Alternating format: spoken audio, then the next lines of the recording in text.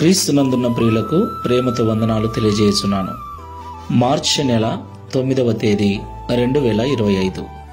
ఈరోజు దేవుడు మనకు చేస్తున్న వాగ్దానం ఏమిటనగా, కీర్తనల గ్రంథము 78వ కీర్తన 15వ చరణం. అరణ్యములో ఆయన బండలు చీల్చి సముద్రమంత సమృద్ధిగా వారికి నీరు త్రాగనిచ్చెను. ఆమెన్.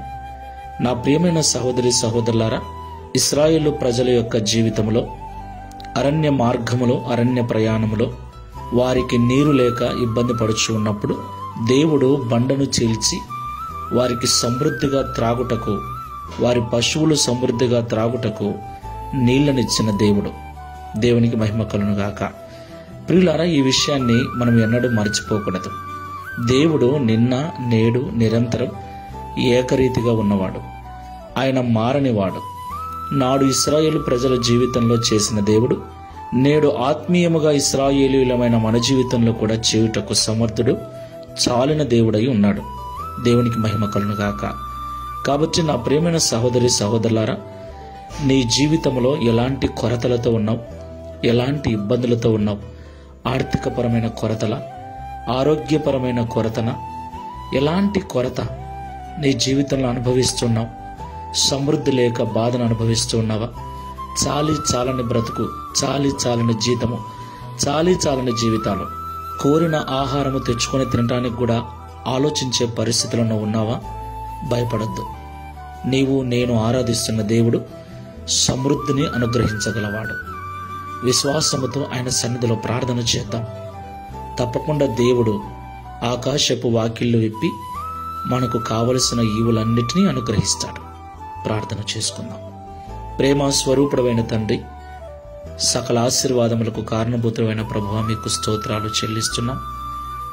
అవును తండ్రి, ఇశ్రాయేలు ప్రజలు దాహం తీర్చుటకు అరణ్యములో బండను చీల్చి సముద్రమంత సమృద్ధిగా వారికి నీరు త్రాగనిచ్చిన దేవుడవు, నీకు వందనాలు చెల్లిస్తూ ఉన్నాం. అలాగే నిన్ను నమ్మి విశ్వసించిన మా జీవితాలలో ఉన్న ప్రతి కొరతను తీర్చి సముద్రమంత సమృద్ధిని అనుగ్రహిస్తానని ఈ ఉదయకాల సమయంలో మాతో మాట్లాడినందుకు స్తోత్రాలు. ప్రియ తండ్రి, ప్రార్థనలో ఏకీభవిస్తున్న వారిలో ఎవరెవరైతే నిన్ను నమ్మి విశ్వసించి కొరతలు కలిగి జీవిస్తూ ఉన్నారో, చాలి చాలని జీవితాలతో, చాలి చాలని జీతాలతో బాధపడుచు ఉన్నారో, దేవుడు ఈ సంవత్సరమైనా నన్ను ఆశీర్వదిస్తాడా? ఇప్పుడైనా దేవుడు నన్ను గడ్డన పడేస్తాడా?